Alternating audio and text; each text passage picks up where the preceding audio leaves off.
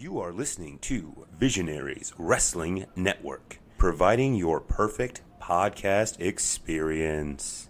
M is for Mason. G is for Graham. B for Betcha. This is the MGB Wrestling Podcast, the podcast with PG-rated material accessible to wrestling fans of all ages.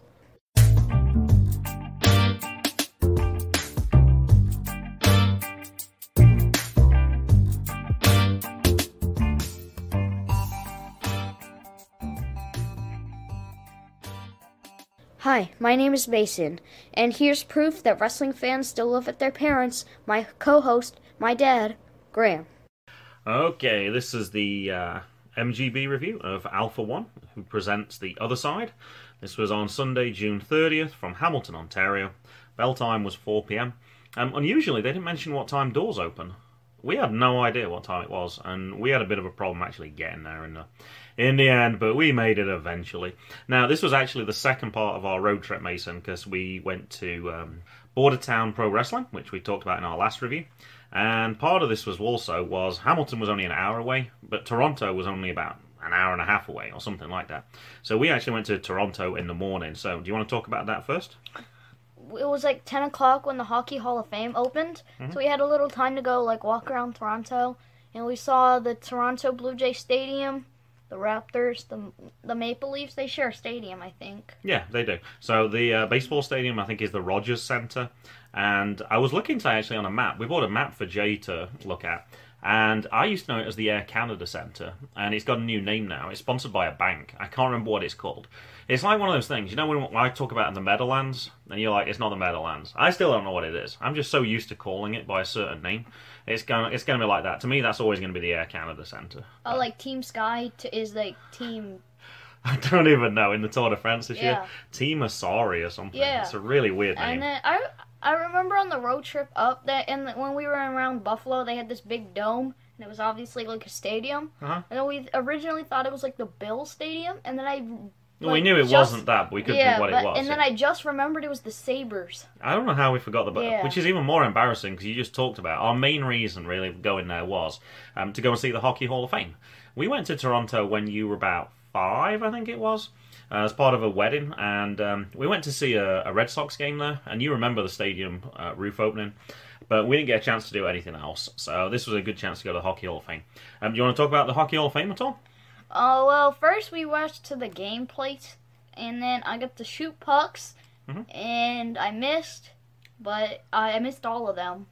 It's not easy. It's like, first I just hit on the ground, and then I realized I can raise it up again. I could raise it up like the puck, but then what do you mean, I could flick it up.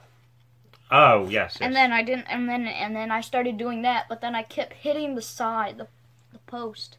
And then I like when it bounces off the goalie's chest. Yeah, I think we had Jonathan Quick in goal. Or I said, yeah, I think I did anyway. I chose Jonathan Quick. Oh, okay, that was it. And I think I actually picked the Toronto goalkeeper, because I said, since we're in Toronto, I should probably pick him. I don't remember what his name was, but yeah. And then we went to goalkeeping, and I got 0 again. That's so difficult. Those pucks come at you, and I even watched what you did, and I was like, there's no chance. There was one I'm just going to gamble and go to the right, whatever, and you just can't see anything. Yeah, that was the rookie level as well, because he's like, do you want the rookie level or the professional level? I was like, what was that kid just started? He's like, rookie. I was like, yeah, we want rookie. And even then, 0. It was so difficult. And the thing was that I could see in the shoots which way it was angled, and I still try to get it, but it's still... It was still honest. There was one, it looked like he was coming at your face. I'm like, this is a little dangerous. Like, there's no protection. But it's like foam. I don't know. I'd never touched one of the pucks, so I couldn't actually tell. But it was, you had safety goggles, but it still looked good. It still looks pretty dangerous if you'd have got hit, I would have thought. But hey. Well, the kid before me got hit in the face, and he just... Oh, he did? Oh, I must have shrugged missed it that. off. All right, now my favourite part of the Hall of Fame, though, is upstairs, and I'm still amazed by this. You can actually get your picture not just taken with a Stanley Cup, but you can actually touch the Stanley Cup. One guy next to us was hugging the Stanley Cup, and the guy who's there just doesn't care. You can pretty much do whatever you like. Yeah, you just can't lift it up. You can't, no, you can't lift it up. It's pretty big anyway. But that's like one of the iconic trophies. The fact that you can touch it and take as many pictures as you like. Because we got there and it's like, hey, it's $10 and you get like 3 copies and you get the digital copy. You can just take your own picture. Everyone has their own camera now. Everyone has their own camera on their phone. I didn't see anybody paying the $10. There's no reason to. And yeah, we got some nice pictures. I think actually my profile picture right now, probably on Facebook actually, is me next to the Stanley Cup. And I've had it, this is my 3rd time there. So it's really cool. And I know Jackson wants to go as well, so we'll probably get a 4th time at some point. I got a picture with the original Stanley Cup. Like, it was just a puck. Well, they take parts off each time. They take the outside part off, and because they have to keep changing it, because it has the engraves of all the people who've won it, and now it's just been going on for so long. I think it's 125 years coming up next year, I think it's. Oh, yeah, but there was 2 times, I think, when it wasn't awarded, right? That I don't know, but it wouldn't surprise me. Like, the World Series, I know, wasn't contested in one year for one reason, and it wasn't contested in another one because of the strike. So, yeah, actually, no, there's a few years. When I first came to the States, that was around 2003, I want to say. Yeah, they didn't play. They locked out for a whole season, and then they locked out for part of the next season, Why? I think, as well.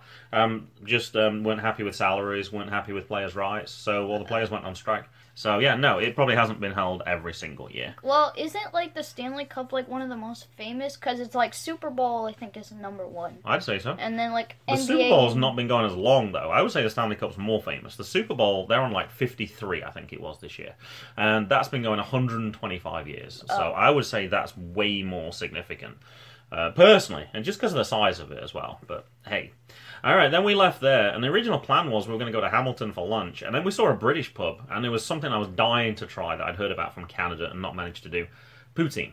So, for those of you not familiar, and I'm guessing this is probably our British listeners, it's chips, or French fries if you prefer, gravy, cheese, and, well, I guess it's cheese curds, I think it is.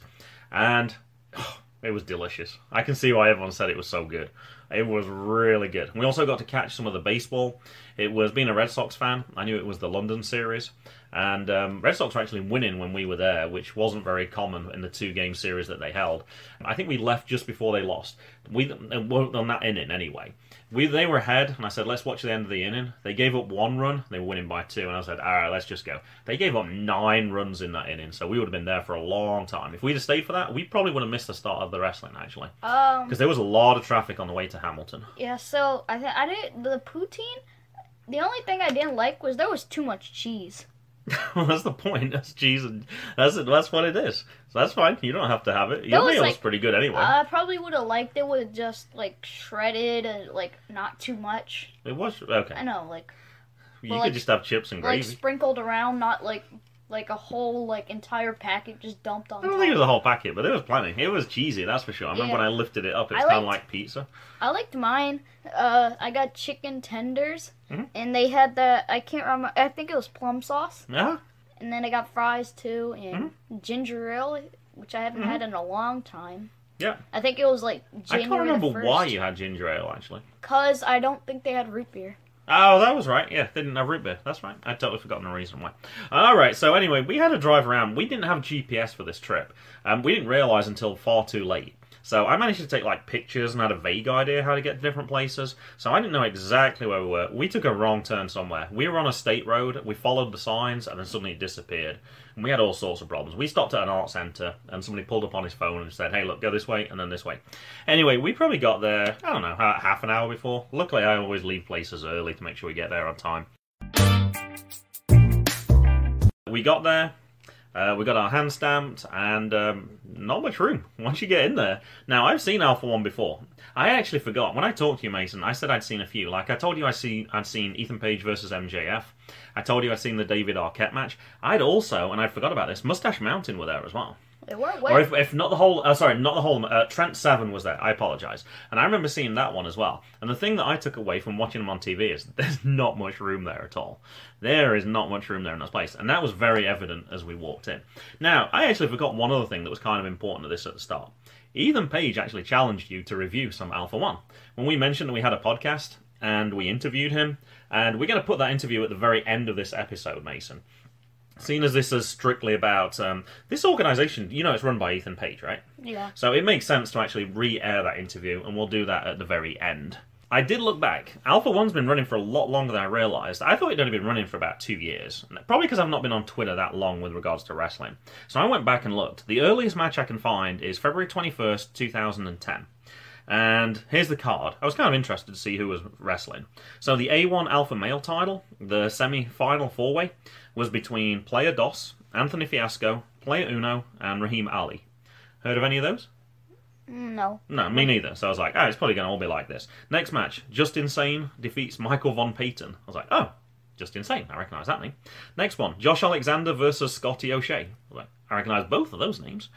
Next one, Joey Kings and Alessandro Del Bruno. I recognise Alessandro Del Bruno, but I don't think you'd recognise any of the other ones. Ethan Page defeats Colin Delaney, so obviously you recognise Ethan Page. And the last one, the singles final, was Player DOS versus Brody Lee. And I actually recognise Brody Lee's name there as well. So Player DOS, he wrestled twice? I guess so, because it was the semi-final, so he won, and therefore he got into the final, right? Yeah. And what I didn't realise was, Ethan Page has owned Alpha One since it started, in 2010. I assumed he just bought it like 2 or 3 years ago. Oh. He was 20 years old. Oh. As far as I can tell, I'm trying working backwards. He's 29, right? And this is 2010, so it's 9 years ago. He was 20 years old. If we could have had one more question on our interview, I would love to ask that. How on earth do you get your own wrestling organisation at age 20? I can't even imagine that. Most people aren't even getting used to wrestling at that age. Not only was he wrestling at that age, he had his own organisation at that age. I find that absolutely fascinating. I am a member of his Patreon account, and sometimes they'll come up with like, are there any questions you'd like to ask Ethan? That's the question I would like to ask. I'm really curious about that. I thought that was fascinating. All right, let's get on to the card then. So, match one was the Savage Society and Ryan Davidson versus Jody Threat, Michael Wolf, and Allie Cat. Now, Jody Threat had actually watched a match of hers fairly recently against Solo Darling. I had to go back and look where it was. It was on Demand Lucha Fighting. It was from the end of May. I thought it was really good. On her bio, it said she was the Wild Child and the pro wrestler hailing from your local skate park, skate and destroy. And that was the thing that stuck out for me more than anything, was the fact that she had a skateboard that she carried. Can you remember what it said on the bottom of the skateboard? I don't think so. I wish I shouldn't. I wasn't taking notes because that's your job. And there was one other thing I remembered about this one. Savage Society, I'd actually seen before from the previous event. And when I watched them, there was a kid screaming when they came out. I was like, oh my gosh, because they had that mask on. I was like, that's kind of scary. When I listened to their theme music, it was that same scream. So it wasn't the kid screaming at all. It was just part of their entrance music. So I didn't know that. And I got one more thing, just in case you don't mention it, Mason. This was your first streamer that you threw at this event. So I wanted to make sure you talked about that one as well and why you threw this one. And I threw it for Alley Cat, and then the roof was so low, and then Alley Cat, it was like, we were like second, I think. Second row, huh? Yeah, and then we were a little far back, and then I threw the streamer, and then I had to like get it at that angle to get it over Alley Cat, but it hit the roof and then just went straight down. But she found it. Yeah. Because I said she wouldn't. She put it in her mouth like she always does. And there wasn't. I think her teammate as well. I think Michael Wolf also took a part of the streamer as well. But... yeah, she had it in her mouth forever. That's what she does. She's the best person. That's why I was like, you got to throw a streamer for Allie, because you're getting your most value for money in terms of somebody who's actually playing with it, I think. Yeah. I didn't know that Alley Cat wrestles in Canada, too. I didn't know that she wrestled in Alpha 1. I haven't seen her before. Like I say, I don't watch all of Alpha 1. I've seen little bits. I didn't know that she... yeah, it's kind of a long way. Like, you think... Like I say, you can see how far these wrestlers actually go. I think she's from the Midwest, so she travels a long way. All right, Mason, give us your review then of this match. So I don't know the guys, but it said on the side of his pants, "Destroy." Okay. On the Savage Society. The Savage Society. I do know the names in the Savage Society. Holden Albright, who was listed as a wolf in human's clothing, so that must be the guy that wears the mask. And the other guy is Terrell Kenneth. I thought there was 3. And Ryan Davidson. Oh. You said in the Savage Society. So it was the second... It was a 3-on-3 match. Yeah, I know. This is that level of professionalism that we love. So the Destroy dude, he got scratched, but it doesn't work. He got scratched by Alley Cat. Okay. And it doesn't work. Does Alley Cat ever clip her nails? I don't know. I'm going to guess so, but do you think she might sharpen them up? You know, like Cobb used to sharpen his spikes when he used to play baseball, so when he used to come into first base, he would try and stab them with their spikes. Oh. I wonder if like Alley Cat does that with her nails. She like sharpens them up a little bit. That would be a great gimmick for her actually. With like a nail file sat there at the start of the match, filing her nails up into like a point, and then she can do ow, like do a scratch or something. That's a great question. We actually get to see Alley Cat on as the time of this rig comes out, we'll see her 2 days before. If we see her at Flying V, you should definitely ask her that question, and we'll make sure we mention that on our next review. Okay. I love that question. That would hurt unless you get scratched on like your shirt or something. Then it would not hurt, but... I'm guessing like... she doesn't have retractable claws like a real cat either, because she could just do a fake one. If she was a real cat, she could do like a kayfabe scratch, and just retract her claws and then bring her fingers down. Or like scratch them with your knuckles. Uh-huh. Yeah, so but it doesn't work, and Jody wins with Canadian Destroyer on the big guy. She did and the problem is we didn't know a lot of these names when we came in, so there was a lot of people on this card, and with it being a 3-on-3 tag, we knew Alley Cat, and I recognized the Savage Society, but I didn't know them well. I'd only seen them in 2 matches, and I knew Jody obviously because she was the other female wrestler and she had the skateboard, which made it kind of easy, but it was difficult to know all these people straight away. Now I got on Twitter afterwards. Michael Wolf said, "Headed home today. Thank you at A1 Wrestling, and thank you Canada for the great experience. I look forward to returning. #clock in Canada."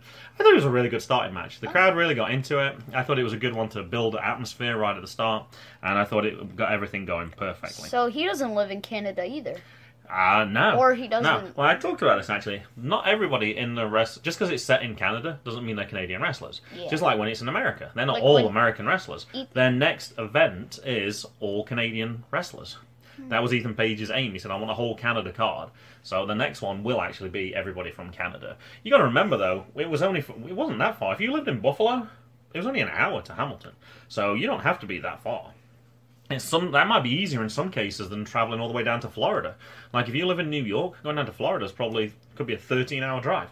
Whereas across to Canada, it might only be a few hours. So. Didn't you say that Ethan Page has to go down to Austin for Impact? He did. He went there the other week, yes. We'll probably talk about that when we get to his fly, match. Right? He got to fly for that one, yes.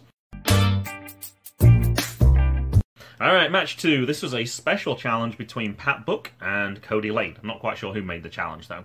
Kody Lane was actually in the $1 million intergender battle royal that I actually saw at WrestleMania weekend. I think it was for Black Label Pro. And I didn't notice him at all. I didn't recognize. I only found that out afterwards when I started to research him a little bit. He's also, though, a pro wrestler, well, obviously, and he's the founder of At Wrestle Pro. It's an independent wrestling company operated out of New York and New Jersey, and their next event is actually July 25th. So, #WrestlePro has been known to impress fans with their car crash style multi-man matches. This one is going to get hot. Sounds kind of interesting, actually. Now, I don't know if you noticed for Pat Buck, he had a quote on him that says, "The book never stops." Oh, I've seen that there's a magnet on the fridge. No, and Papa has one too. That's what I was going to ask you. This was your little history lesson in the middle of our wrestling podcast. Do you know what that actually comes from? Or do you know what the proper quote is? The deer never stops? No, the wrong type of book. So he has the book never stops, because obviously that's his name. The quote is, "The book stops here." And it was actually US President Harry S. Truman. He had a sign on his desk that said, "The book stops here." Do you know what that phrase actually means then, "The book stops here"? Like money? Not in that sense, actually. That's kind of a different one. Basically, he doesn't pass the book. If you pass the book, it means you don't take responsibility. You give it to somebody else. So as president, basically said, anything that happens, it's on me. I'll take the fall for anything that goes wrong, or I'll take the praise for anything that goes good. So it's kind of a famous quote, but I wondered if that was something that you'd actually learned on. Papa, he really likes Harry S. Truman, because he has a shirt and... Well, it's because it's near where one of our relatives lives. That's why. Oh. Because I went to visit it before I actually met Mommy, so I drove through there. That's why I got the fridge magnet at that time. All right, Mason, give us your review for this match. So Pat, he gets a timeout, but Bo doesn't. Like Bo Crockett. Oh, okay, yes. He calls a timeout sometimes, but then that doesn't count. But Pat gets one. I don't know if he actually got a timeout. I couldn't tell. You missed something at the start which kind of surprised me, because I thought this was kind of important. As Pat was the first person introduced, his music never got played. Now, I don't know if this was deliberately or if it was by accident, because he sort of came out as like, "You're not going to play my music?" And they never played his music. He's like, "I travelled this far and you're not going to play my music?" And then when the next guy came in, which must have been Kody then, they did play his music. But I thought that was kind of an interesting one right at the start. So Kody, he got pushed off the top rope and onto the apron hard, and Pat, he's on the outside, and Kody runs, and then loud kick, really, really loud. You could hear it echo through all the arena. And from the inside, there's a lot of kicks by Kody, and Kody wins with a slamish thing. Like a slam? Yeah, like, it's not exactly a slam, but... Slamish. Yeah. I don't remember because there's too much going on in that match. I actually felt sorry for Pat. I thought Pat was a really good wrestler actually in this one, but the start, the way it didn't come out, and he came out, I don't know if his character is naturally a heel, but I thought he was actually a really talented wrestler, but I thought that start for him must have put him off his game a little bit, and I don't think he necessarily got the credit he deserved for this one, and yeah, like you said, Kody took the win for this match. Now, match 3 was actually scheduled to be for the alpha male title, and it was supposed to be between Kobe Durst and Ethan Page. And before the somebody yelled at Ethan, "Shatter the glass kitten." I don't know what that means. I forgot you asked me to write that down. Yeah, I heard that. Alpha 1 is PG. So you're not allowed to shout out certain things. So that was code for something, which I realised what he basically wanted him to destroy Kobe Durst. Oh. But Ethan Page went down to him, and I guess I acknowledged him. They had a little laugh. I couldn't hear what they were saying, but I figured out exactly what he was trying to say. Another word for kitten, which we're not going to say on this podcast, and I guess they use that word in America as well. And it was glass, shatter the glass, like break. So he wanted him to break that. But I thought that was pretty funny that he actually mentioned that one. So, what happened then, Mason? How come this isn't actually match 3? So, Kobe, he comes out after Ethan, and he says there's not going to be any title match, as he has a present, and he brings out, well, the Bear Country attack Ethan Page, and then the rest of, Josh Alexander. And I didn't know that he and Ethan Page were a tag team in Impact. They are. You've missed quite a few. And yes, they're the tag team The North. So the match became Kobe Durst and Bear Country versus The North, which, as you said, is Ethan Page and Josh Alexander, and Gregory Iron as well. Now, Bear Country is Bear Bronson and Bear Beefcake. And they were the CW Tag Team Champions for 200 days, but they lost their title at Chaotic Wrestling 2 days before this event. They lost it to Killer Nova Inc. I haven't actually heard of that group at all. Alright, go ahead then, talk through this match then, Mason. Didn't you see Gregory Iron at a parade? He was supposed... I saw on Twitter, he mentioned that the organization he was with, it was something like Old Time Wrestling, was supposed to be appearing in Norwalk, Ohio. While I was researching Gregory Iron, I was like, oh, we're in Ohio. I wonder how far away it is. So I looked. It was an hour. I was like, great. I'm sure Jackson would like to go to a 4th of July parade. So I looked it up. We went. It was brilliant. We had a great time. There was lots of cool vehicles we hadn't seen. They handed out the most amount of candy I've ever seen at a parade, and no Gregory Iron. So, I don't know. It was kind of weird, though. The parade started at 10:30, but Gregory Iron was listed at 10 o'clock. So I don't know if he had an event, like, in the town, but that wasn't part of the parade. So I'm not quite sure, but no, I didn't get to see Gregory Iron on that time. But yes, he was supposed to... I assumed he was supposed to be part of that parade as well. If that was an event, that's really early. Uh-huh. Because I remember the earliest we ever went to was, like, Fury Pro, which was at 2. 10 o'clock does sound early for a wrestling event, and particularly as often people are wrestling the previous night as well, so that could be... Wrestlers' times tend to be pretty late, so yeah, that would be very early for them. Ethan, he says to Bear Country, "I can read your body language and your butthole." Is that you paraphrasing? Yes. Okay. Ethan chops Durst, and it was loud, really, really loud. I think there's like extra echo in there. Could be. It's a bar. It is. Yeah, it's kind of a small in our venue. Cafeteria, though, we have the opposite. We have those little, it's like red and blue things of foam. I think it looks like, and it like cancels out noise. Oh, okay. So it makes the cafeteria quieter, which doesn't sound like it helps. But Iron, he rolls up Kobe Durst for the win. Oh, wow. That was over pretty quickly then. I thought this was a good match. You didn't even mention Gregory Iron at all. He played kind of a significant role in this one anyway. He got the finish. Alright, I guess so. Okay. The next Alpha 1 event is actually Kobe Durst is going to defend his title against Lufisto. They did mention Lufisto because she's on her retirement tour, I guess. Yeah. We've seen Lufisto before. I think I remember she battled cancer. I thought she'd beaten. Yeah, she did. She won that battle, but I'm guessing that, anyway, for whatever reason, she's retiring. Also, on Black Label Pro, July 27th, Kobe Durst versus Ethan Page again. And that's at the Last Man Standing event at Crown Point, Indiana. Now, those two do battle with each other in other promotions, because at WrestleMania, a very violent match between those two for the Black Label Pro title. So they're obviously familiar with each other. Who won? On that one, I think it was Ethan Page. I think Ethan Page defended, because I think he's also the freelance champion as well. Or he was at that time. He had like 2 titles he held simultaneously. Okay, match 4 was Jeff Cobb versus Trey Miguel versus TJP. Now, we kind of forgot something at the start, Mason. Normally, we talk about what we did as we walked in while we were waiting for the matches to start, and we actually forgot about that one. We couldn't see. TJP was doing his meet and greet inside the ring, and we didn't have anything for him to sign or anything, so we kind of ignored that one. But we did see at the back, there was like an area, we were like, what's back there? So we went to have a look. And we did get our first autograph. So, who was our first autograph that we got? Can you remember? Jeff Cobb. We did. And I don't think you really knew Jeff Cobb very well. And I have to admit, I've only known Jeff Cobb probably about 3 weeks, something like that. But I've heard lots of people talk about how good Jeff Cobb actually is.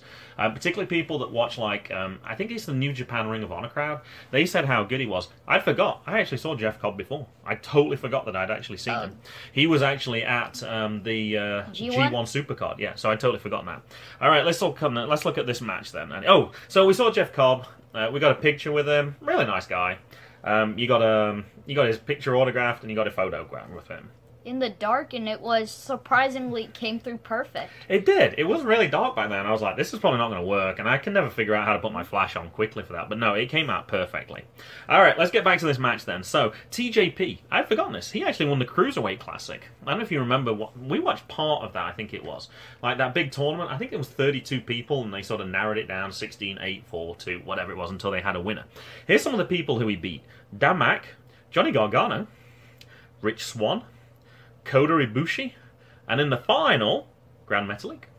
So there's some names that we certainly recognise, not just from 205 Live, but also from NXT as well. So that was his route through from that. Also, as we not talked about Jeff Cobb before, Jeff was one of 4 representatives for Guam at the 2004 Olympics, and he led the team. It was awesome, Cobb said. One person from the whole country gets to do that for every 4 years, so being chosen for that was amazing. I took that from an interview that I saw on ESPN. So Guam's kind of a small representation at the Olympics, but he got to hold the flag. You know when they do the parade? He got to walk around with the flag. So like, was it like staged or like?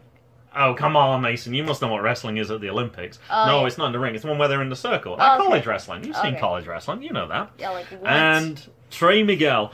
I didn't recognize his name instantly, but I knew he was I knew the Rascals, and I actually didn't. Like I say, we don't want to get much impact, or as much as I would like. So he's 1/3 of the Rascals, alongside Desmond Xavier and Zachary Wentz. Now I do like Trey's nickname, though. I think he has one of the coolest nicknames in wrestling. Did you hear what his nickname was? No. The Fresh Prince of Midair. Like the Fresh Prince of Bel-Air. I really think that's cool. But he does a lot of acrobatic stuff, and I think that's really cool. All right, Mason, give us your review for this match. I'm sure you have a lot to talk about, because this was an amazing match. So, what is like a Bel-Air? It's a location. Oh, so does that have anything to do with Bianca Belair? That might be partially why she chose that name. Okay. Possibly. Oh yeah, we also listened to Trey Miguel's interview. Oh, we did. I forgot about that. Yeah, while we were traveling around, we listened to the Dark Match podcast. There's a podcast I really enjoyed listening to. And I remembered I'd listened to that one. Trey Miguel we listened to for a second time. And we've got to find out a lot more about him. We listened to Ethan Page on Sam Roberts. Oh, we did. I forgot about that. Yeah, that was actually on the way into Canada, wasn't it? Because he talked about he'd just started doing interviews for podcasts, and we were kind of a bit smirking at each other like, yeah, we already got our interview. We jumped the line a long way on that. I saw that Twitter requests. There was a lot of people. We got very lucky. I think we recorded ours before Sam. We did? And then I asked one question, and then his was basically the same. You felt very pleased about that as well. But I obviously know that he's not copying me because we didn't release it. And Correct. he didn't like... Yeah, ours came out a couple of days later. We sat on it a little bit because we needed it to come out with the episode that we had at that time, so yeah. We actually did, it was Badlands podcast. Mm-hmm. We actually told them on before we actually released it. We did, and that should probably be coming out within a week of when this episode comes out as well. So check on the MGB Wrestling Podcast Twitter feed and you can find out more about that as well. Okay, so Trey, he jumps onto Cobb on the outside, and then Cobb, he runs straight into the camera stand, but it's all okay. And then everybody was starting to bring towels, and then you thought that somebody like spilled blood or something, but it was just a tipped over cup. It was. I think it was the cameraman's, if I remember correctly. Yeah. Oh yeah. So at the start of the the whole thing, I know what you're gonna say because I realized the same thing once we talked about the cameraman. And then so they start saying that there's no camera filming allowed. Correct. Yeah. And then no video filming. Yeah, and then except the guy on the ring, on the apron, and then the other camera guy that's in the back, he's just putting up his hands like what? It's like, yeah, what about me? And they were like, oh yeah, and that guy as well. The other thing that I forgot about as well, I think this was at the start as well, they started introducing people and everyone was getting a cheer. And then they introduced the ring announcer, he got booed. And then they introduced the cameraman, he got a big round of applause. And then they pointed to the other cameraman, and he got a round of applause as well. Then they went back to the ring announcer and he got booed. I thought it was the wrestlers were pointing at each other, and then everybody cheered, and then they pointed at the ref. And was then that the Ethan match? That might have been. I think that was that match. No, I think it was this match when everybody cheered. That was this match? Jeff Cobb, and Trey Miguel. Oh. And then they pointed at the ref. Everybody booed the ref. Then they because it was all these guys. Yeah. That was one of the chants. And then they pointed at the ref, and it was like boo. And then the cameraman got a cheer. And then the cameraman got involved because he pointed to the other cameraman, and he got a cheer. And then it went. It was one of those improvised things that worked really well. There's a Moonlight Hour to TJP, and Jeff Cobb pulls TJP out of the corner into a DDT-ish. We've had a slam issue and now we got a DDT-ish. So TJP gets Jeff Cobb into submission, and Trey Miguel, he jumps onto TJP from the top rope and wins. It was a fantastic match. There was no way you could record everything that happened. There was just so much going on. This was one really just to sit back and enjoy. This would be one where I would definitely recommend. If you have independent wrestling TV, I would definitely go and check this match out. Afterwards, at Trey Miguel on Twitter. Wrestling at Real Jeff Cobb and at Mega TJP today was truly an honor. Thank you both, and a special thank you to at A1 Wrestling for giving me these opportunities. There was a little bit more, but we're going to talk about that a little bit later as well. That takes us into the intermission, so... What happened at the intermission? We're trying to get some more merch, so what happened? So we got Trey Miguel's autograph and a picture. Isn't Alpha number 1? Alpha's the first letter of the Greek alphabet. Yeah, because we studied the Greek alphabet, and I remember all of it. Well, it starts with A as well, just like the English alphabet. It's alpha, beta, gamma, and there you go. You got it. etc. And you can't figure out what Trey's thing was, because he puts his hand under his chin and then sort of waves his fingers. I did notice, because I watched some Impact this weekend, the Rascals all do that. So that must be one of the Rascals things, I guess. It's kind of difficult, though, on a picture, though, because it just looks like your hand's moving. So I got a few different pictures. But yeah, Trey was really cool. We did come across our big problem, though. We didn't take any Canadian money across. Most of the time we took American money. We bought something at McDonald's on day one and we got a little bit of change. We'd already burnt through that. So, as the problem always is with, his autographs were $15. I'm like, I don't have $15. I don't have a 10 and a 5. So we had a 20 and he didn't have any change. So we're like, what have you got for 5? So we managed to get something for 20. So he got to sell a little bit more merch. We were happy as well. We got something for Jackson as well. So yeah, we did pretty good out of it. And we took it to the car because we didn't want it to get crushed. And... Oh yeah, we saw Kody Durst walking by until he was 2 meters behind us, and I was like, oh my gosh, that was just Kody Durst. And then we turned around and I was like, yeah, that was Kody Durst. You didn't notice him, but then we were talking. Yeah, and then I just didn't even process it in my head until we were kept walking. And there was, actually for this one, this was tough. Normally when we try and get merch, I normally have a list of I'd like to get this person, possibly this person. This one, there was a whole list. There was so many cool people on this card that I was like, I really would like. And Kody Durst was certainly one of them, and it didn't happen on this one. Space Monkey would have been another one. Colt Cabana, there was a lot of people. I remember one more thing. So I wanted a high five from TJP and Colt Cabana, and I got a high five from TJP. and I got one from Cabana later. You did, yeah. Yeah, we were on the edge of a row, because that was one of the things I said. If we sit on the edge of the row, we can like, get in and out easily if we need to, but it also enabled you to get to the side and get a high five as well. I forgot, that's actually, the event now is actually on Independent Wrestling TV. I should go back and look, see if I can find a picture of you and TJP, take a screenshot of it, and then I got your picture with TJP. I think that counts, right? Alright, match 5. After the intermission, it was the A1 tag team titles. It was the Besties versus Lotus versus the Space Pirates. And the Besties are Davey Vega and Matt Fitchett. And since 2011, they've actually had 2 previous names. Now, I saw a review written on Cage Match. It says, I really appreciate Davey Vega's and Matt Fitchett's work as a tag team. They have been together for a very long time and are a mainstay in AAW. This year, we saw them wrestle in places like Ring of Honor, Progress, FCP and RPW, which gives them some well-deserved attention. Hopefully they get more opportunities in those promotions. So yeah, that was pretty cool. Now, I'd forgotten, actually, Besties was actually the first match I ever saw on Alpha 1. I didn't even realise it was Alpha 1 at that time. I was actually looking for an Ethan Page match, and I think I posted it on Twitter. It was the Besties versus Ethan Page and Cody Rhodes. That's a pretty cool match. Oh. That was only last year. That's not that long ago, actually. And the other wrestlers, Lotus, are Juntime Miller and Gavin Quinn, who are actually going to appear in one of our local events, Crab Wrestling, I want to say next month, I think it is. And the Space Pirates are Space Monkey and Shane Saber.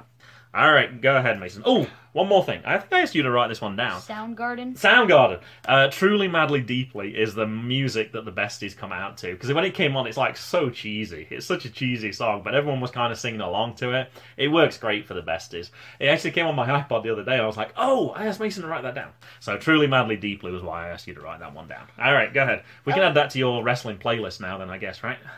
I don't know. I'm still trying to, I know most of my wrestling music right now. I can sing along with all of them, basically. Okay. Oh, I'd like you to do some karaoke, singing along to Truly Madly Deeply. Except Rey Mysterio. I'm not very good at his, the Spanish ones. That can be a little difficult. Oh, that's why you don't like that Los Guerreros one then either. Ah, now we figured it all out I for can you. still sing it, sort of. Alright, go ahead, give us your review. Space Monkeys, he tries to do the Besties hand thing. But then the other one, he just needs to make sure he doesn't do it. Because, Space Monkey, he's getting so into their sign. And Besties, they kick Monkey's tail. And does that, oh yeah, there's one thing I noticed. Does the tail count as a part of your body? Or does it not? What do you mean? Because, can you tag with the tail? Because it's longer. It's longer than your arm. If only we got the chance. And we tried a couple of times. We went at the start to see Space Monkey, and he wasn't there. He wasn't there at intermission, which made sense, because he was actually going to be there. He had the first match after the intermission. He was there selling merch, because I saw people tweet about it later, but we didn't get the chance. I don't know. That is a great question to save up for later. Are you allowed to tag with your tail? That would be a big advantage, wouldn't it? Well, I guess you can kick people with your feet. That counts as a tag. I guess. Because, when somebody's grabbing your hair, you can just kick your partner's hand. Okay. I guess Bianca Belair could do the same with her hair, then, right? Yeah. You just swish your hair across to your palm. And you remember the guy who had his long beard? He could do that. He could do that with his beard as well, yeah. Yeah. And that could be their tag rope. There you go. Besties, they do a drop toe hold, and then Lotus into his other partner's dingo. Oh yeah, I remember one thing. So yesterday we went to the zoo, and then they had this animal called the dingo, and we got a picture. And then I got a picture that says something about a dingo. The dingo fence must always be closed. Yes, and then there was also another one that leave the dingoes. I got a picture of that, and I'm just gonna crop it out. So it just says leave the dingo because there's a whole bunch of other parts. You were very proud of yourself when you saw that. Space Monkey flipped Lotus into a Death Valley driver. Both of the space pirates, and he drive them into both space pirates, and then Besties win with dropping Space Pirate on his head. And they got to retain their title. And I just looked. Lotus actually face they're going to face Capital Vices at Crowd Wrestling on August 3rd, so it is actually next month. One quote on Twitter, at Singular Kim with 2 M's, had a fantastic time at A1 Wrestling today. It was Caden's first indie show and he loved it, especially at PW Space Monkey. So obviously he wasn't there selling merch, and I'm pretty sure Caden, I'm going to guess, is a little boy. And yeah, we just didn't get to see him, unfortunately. But as I put on Twitter, gives us a good reason to go back to Alpha 1 perhaps sometime in the future, or if we can find, I know he appears in Chicago as well, so perhaps we could take a trip to Chicago at some point and try and catch him there as well. Chicago. Is the city. Is Shikara in Chicago? No, Chikara's in Philadelphia. Oh. It's normally in this area. It's normally in Pennsylvania. Oh. Alright, match 6. This was Colt Cabana and Swoggle versus Mark Wheeler and Danny Adams.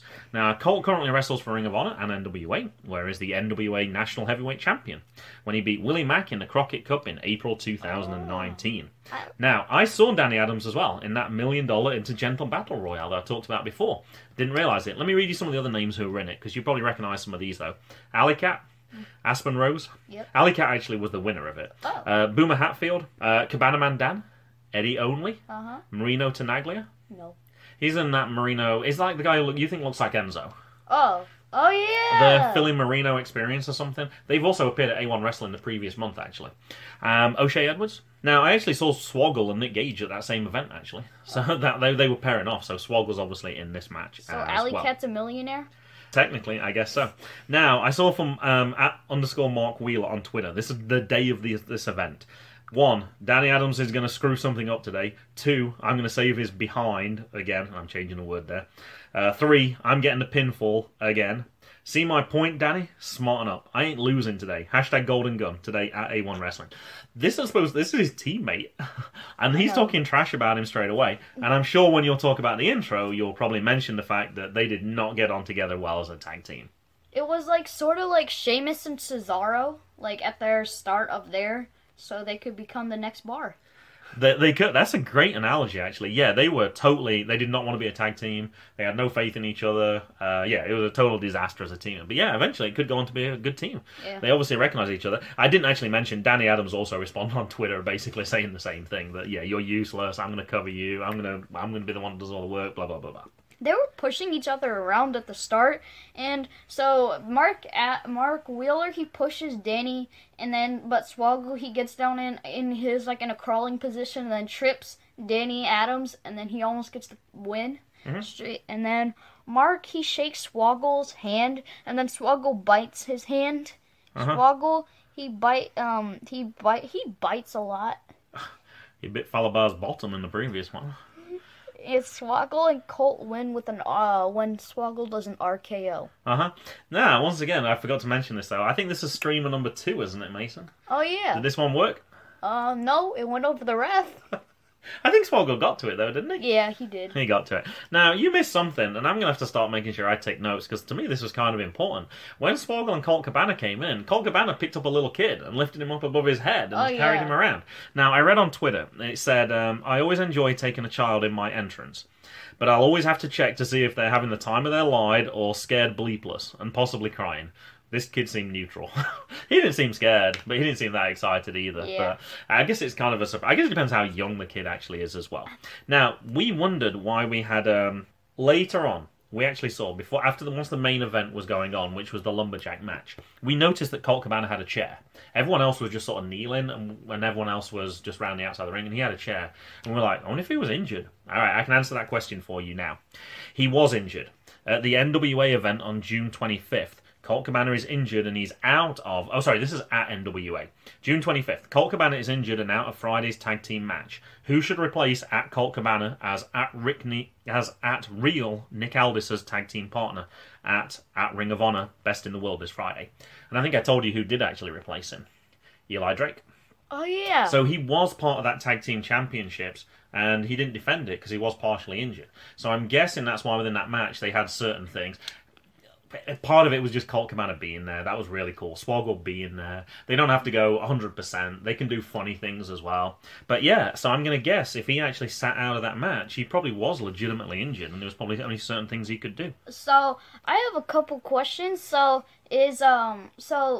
I'm used to Nick Aldis being a heel because I watch Impact and he's part of the British invasion. Okay. And then being from a different country, Uh-huh. they're obviously not really the Sure. guaranteed faces. Yeah. So, like, is he a face now? He was when he was defending his... He was when we saw him at Nova Pro last year. What about Eli Drake? He's always been a heel at Impact. Eli Drake, I couldn't really tell from that one match. That was kind of a little difficult to tell. He certainly has the same level of no one to steal Ethan Page's thunder ego as he had there. But yeah, it was probably a little difficult to tell. I just saw... The match wasn't very long. Actually, I didn't even see the match. I just saw them being introduced. So I can't actually answer that question because I don't really watch Ring of Honor. And it was a pay-per-view event and I didn't get that one. Alright, the main event, match 7. This was for the Zero Gravity title, Lumberjack title, between Justin Sane and Brett Michael David, or also known as BMD. Alright, Mason, go ahead. On our side of the ring, there is, like, Colt Cabana on the chair, obviously, and then TJP, and then there's the ring post. And then there's Swoggle, Ethan Page, Josh, and then Cobb, Allie, Trey, and then Brett. We had a star-studded people who were on our side. And it did change throughout the match as they were doing their lumberjack duty and throwing people back in. And then they'd kind of switch. The thing that was most evident for me in this match was they had fun.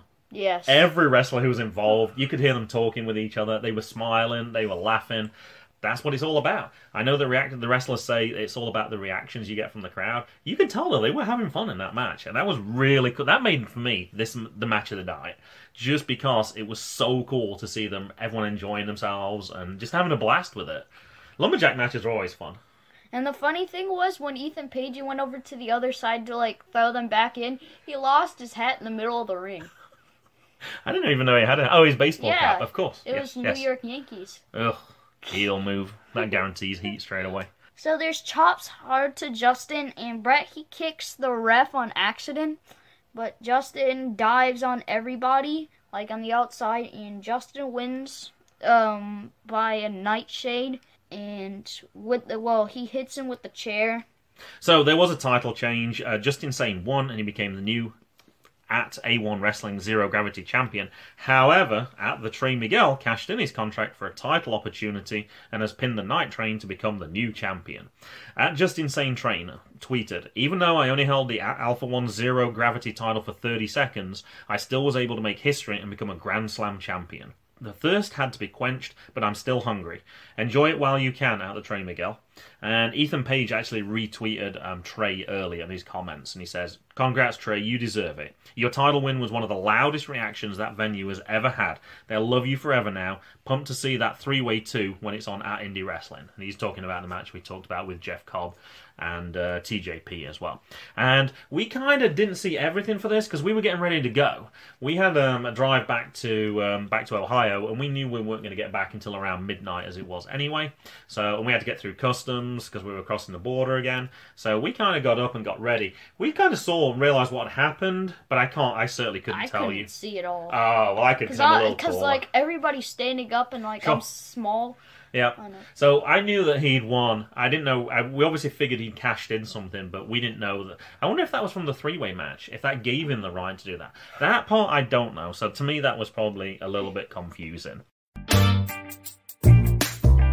So I'm surprised I stayed up all the time, all the way to Ohio. But then I think it helps when it's just me and you, so I don't have to be quiet around Jackson so he can fall asleep. I thought you did go to sleep on this one. No, I stayed up all night. Oh, okay. The one thing I do remember stopping on the way back, because we didn't get to do it on the way out, was we saw a sign. Instead of saying rest area, it said text break. Yeah, text area. Text area. It's like, my goodness. I'm like, do you really need that? So anyway, we stopped. We got a nice staged picture. You're holding the phone, even though it was my phone, pretending to text while I'm taking a picture of you in front of that sign. Well, that was really weird. That must be a New York thing. I don't think I've seen that anywhere else around the country. Yeah. Although, probably when I travelled around the country, probably people weren't on their phones all the time either, so that might be a little different.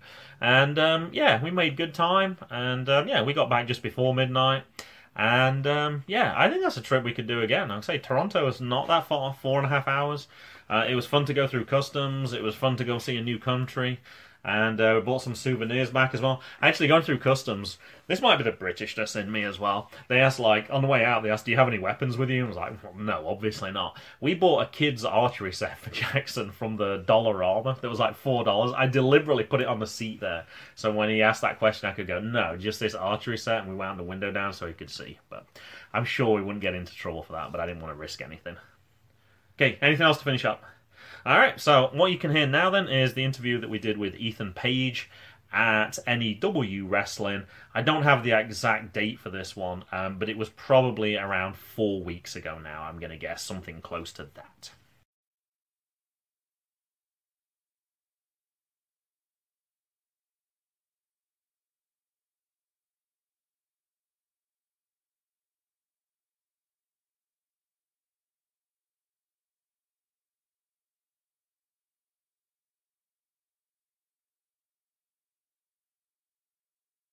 It's goodbye from me. And it's goodbye from him. Goodbye.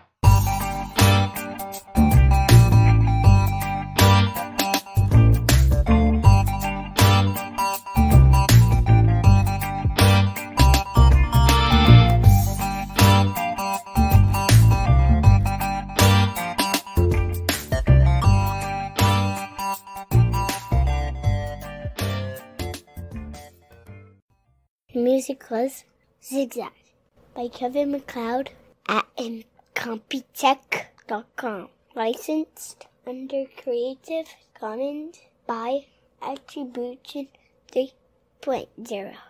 http://creativecommons.org/licenses/by/3.0/ What's up, everybody? This is Impact Wrestling superstar, All Ego Ethan Page, and you are listening to my favorite father-son trio, the MGB Wrestling Podcast. Are we live right now? We are live. What's the name of your show? Actually, hold on. We didn't even. I'm going to vlog this too. So, this is Ethan Page speaking, Canadian wrestler, Impact Wrestling superstar. I'm also vlogging. I'm on YouTube. I'm standing here with three gentlemen. And there was a very short line at my merch table, and we started chatting. I realized these guys drove very, very, very far to see me. And now I heard they have a podcast. He has a podcast. How old are you guys? I'm 11. Jackson, how old are you? 5 and 11. Your combined age does not even add up to mine. So I am going to be your guest on your podcast today. So what do you want to talk about? I know I said I would interview you, and I will. Don't worry. Well, your first question was, what's the name of the podcast? You haven't answered that yet. Yeah, what's the name of the podcast? Because I want everyone watching this to go subscribe right now. You guys on iTunes and all that stuff? We're on iTunes, yeah. All right. It's the MGB Wrestling Podcast. MGB Wrestling Podcast. Go subscribe. You'll find us on the Visionaries Wrestling Network. We better give our network a plug, or else they'll probably be a little upset. There you go. And Ethan Page is going to be on an episode coming soon. So, or it's already going to be up. Let's get to some questions. I want people to hear at least your first question on the vlog. What is it? What is your plan for Franco Varga? Oh, tonight! My plan is to win. The only bad thing is that it's for the championship. And I have to fly to my next show, which means I would have to check my bag because it wouldn't fit. I don't like checking my bag. It's not a good thing to do. It's very annoying. Also, the belts are actually very heavy. So I might actually just throw the match and lose because I don't want to travel with it anymore. But I promise you, I'm going to beat him up for at least 15 minutes. And then maybe he'll sneak out the victory because I don't want to carry the belt anymore. Does that make sense? Mm-hmm. Oh, okay. That makes sense to me. All right, let's keep this going. I have a question for you. What is your favorite match you've ever seen live? You have to have been there. That's hard. I've been to a lot. Okay. That's tough. Let's start bragging. Tim Donch versus Nick Gage. Damn, that was probably crazy, right? A lot of weapons and stuff like that? Yeah. Where was that? There was a closet door that got slammed through. Where? I I can't. Nova It was Pro. Nova. Oh, Pro. okay. I don't remember which. So one wait, it that's was. kind of close to where you guys live, right? That's close to where we Yeah. That was our local one. Awesome. That's Well, why we got to venture out a little further. yeah, sorry I got that place closed down, guys. Didn't do it on purpose. Yeah. Don't send this to the shoot interviews. Okay. That's a great match. Those are two crazy dudes. I wasn't sure which one you were going to say. I thought PCO might have been a candidate. Ooh, who did PCO wrestle? Tim Donst. And Eric Royal. Tim Donst is crazy. Yeah. Yeah. Is he one of your favorite wrestlers? Mm-hmm. Heck yeah. Tim Donst sang happy birthday to him on his 11th birthday. We were Damn. at the Theatre. It was their debut event, and he came out at the end of his match. They said, I mentioned I was buying tickets for his birthday, and they were like, can we do something? I was like, sure. I had no idea what it was. And they whispered, his name's Mason, right? Just to chat. I was like, yeah, it's Mason. And then at the end of his match, he came along. He's like, is Mason here? Came down, got the whole crowd sang happy birthday. Damn. And you got your own safety first hat. So that was Of course he's your favorite match. He'd be my favorite match, too. Get the whole arena singing happy birthday to me. That's awesome. All right, who's your favorite wrestler?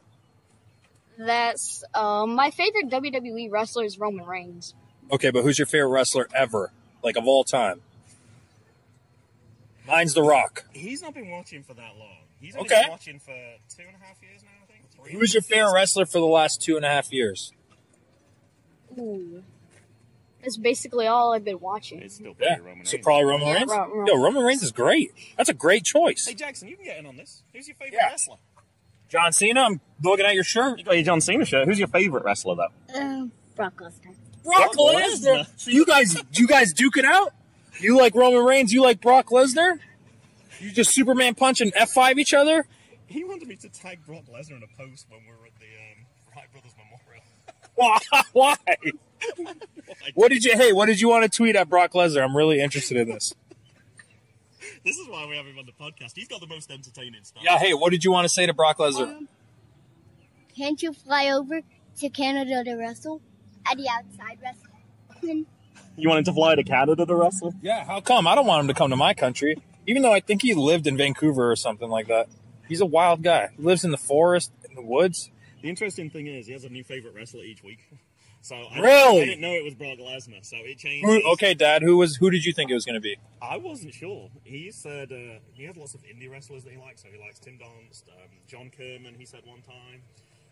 Who else did you say? You keep changing your mind, though. Oh, O'Shea Edwards. Okay. Yeah, So I like him too. And yesterday it was probably Bro Keller. There you go.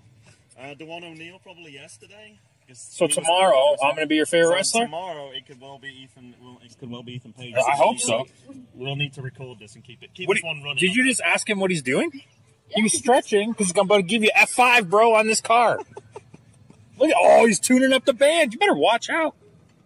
Oh, do you know what my brother's real name is? One of my brothers? No. Guess. Mason? Oh, how did you know? It's true. That was a good guess. Yeah. I was told him your real name because I mentioned your shirt that I've Yeah, Julian. And I said when we have to go on PayPal. Yeah. Because obviously you don't go by Ethan. Yeah. PayPal, you go by Well, once I started the vlog title is Fake Name No Gimmicks. Mm-hmm. So like everybody knows we got fake names as wrestlers, but I wanted the vlog to have no gimmicks, just like a real view of my life. Mm-hmm. So yeah, I used to hate that people knew my real name. And then once I actually started like gaining popularity, that's when you get a Wikipedia page and people start ratting out your real name and that you're married and that you got a kid and they know you like long walks on the beach and they write about it and I don't mind people knowing my real name. Go on, what was the story? We told you a story that Ethan mentioned about his daughter. This is how much info, because you got a lot of information now as well. I think it's on So Twitter, he told me in the car that your daughter calls the dog Dada. Yeah. So this is the most heartbreaking thing. This is some good content for you. I thought my daughter said dada first, like she said, like that was her first words. So I was like rubbing it in my wife's face, rubbing it in my dog's face, rubbing it in my mom's face or her grandma. And then, then she started saying mama, mama, mama. Then she started saying no, no, no. Then she started saying banana. Then she started saying all these words. And I always said, she said dada first. Till we showed her a picture of the entire family. And she pointed at the dogs and said, Dada. And I moved her hand to me. And she goes, no, no, no, Dada. So she thinks Dada is dog because we call them doggies. So yeah. So I am. Hey, plug your ears. Does she have a name for you yet? I guess I'm the bitch, but yeah. She doesn't have a name for me yet. My wife has a theory that we're both Dada because she will say it to me. She just doesn't know the difference between daddy and doggy. So it's context then. So yeah. That context at that point in time, she was thinking of the dog. Yes. Okay. Yeah. But for Twitter, it's funnier to. I hope so for your sake. I don't mind. My biggest thing is I know my wife is very emotional, so I wanted to at least make sure that she got the name right for her. So Mama's safe. She's good to go. My wife's happy. She spends more time with her anyways. I want to make sure they have a good relationship. I'm just, the dad in a Speedo that needs to show up with money every once in a while. I recognize the showing up with money. Hopefully Mom's not listening to this. The number of things that this guy would have got me to buy in the last few days, I would have been bankrupt by now. Oh, I'm sure. You want it all, eh? Hey, I have a question for you guys. I'm a loser. I collect toys. That's what I do. I'm almost 30. I have more toys than you guys, both of you combined. I would bet my life on it.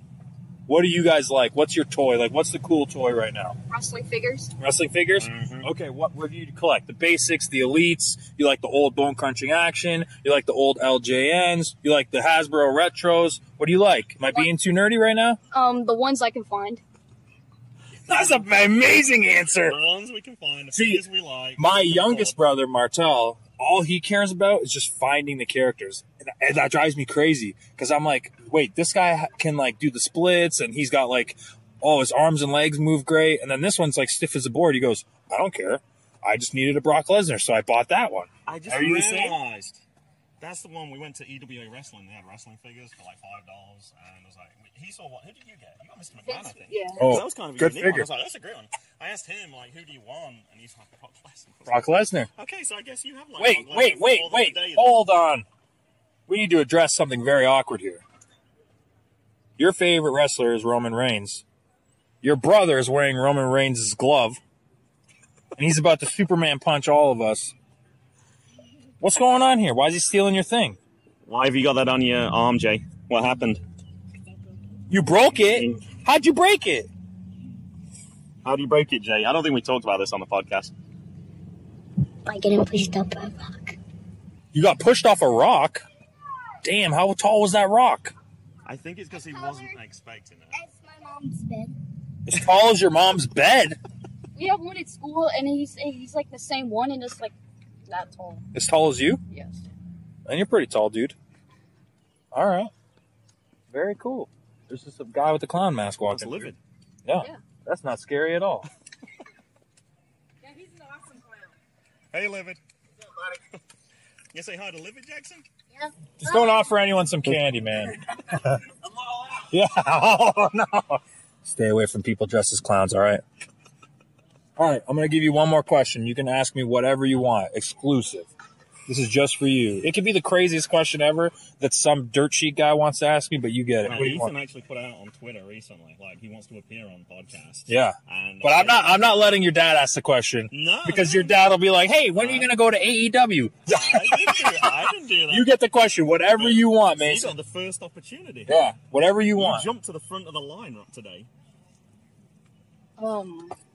I know, it's tough, right? Yeah. I'm like the genie in Aladdin, but you only get one. I think of it 30 minutes before when I'm in the car just waiting. I know, I put you on the spot, So though. if you're going to be an interview, you got gotta to be ready. on the spot. See, this is perfect. This is in training. Yeah. This is what he said he gets the most nervous. Hey, I ran a seminar earlier, now I'm doing another one. It's called podcasting. See, Ethan didn't know he was going to be conducting an interview. Yeah. So you just got to. You got one question. You got one question. Unless your brother wants to take it. Jay was thinking. His last question, I think he asked a wrestler was, "Do you like the smell of trash?" He tends to come up with pretty random ones. No. It's very random what he comes Do I up like with. the Wait, what's the trash? Is it just a bunch of donuts in the garbage? Yes, I like the smell of that. When you were young, what did you think your character would be if you wanted to be a wrestler or something? Whoa! That's a great question.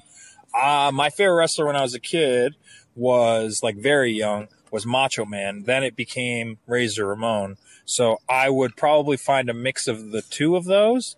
But then I fell in love with The Rock, who is pretty much a mix of two of those, because you had like the cool dressed guy, but he also wore like crazy flamboyant things. And he also did a lot of hand gestures when he would yell into the microphone.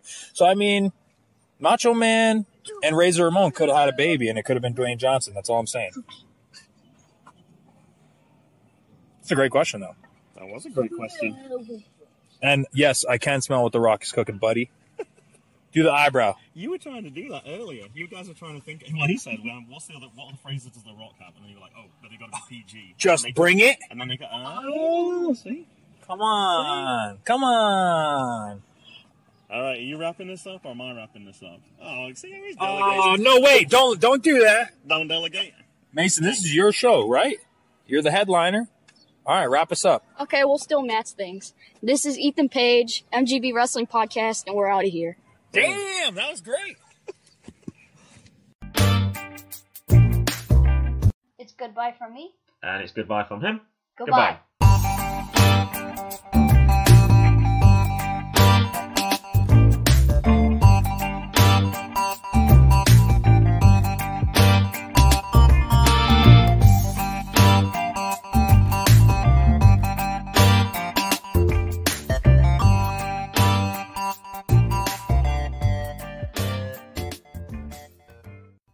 Music was Zigzag by Kevin MacLeod at incompetech.com. Licensed under Creative Commons by Attribution 3.0.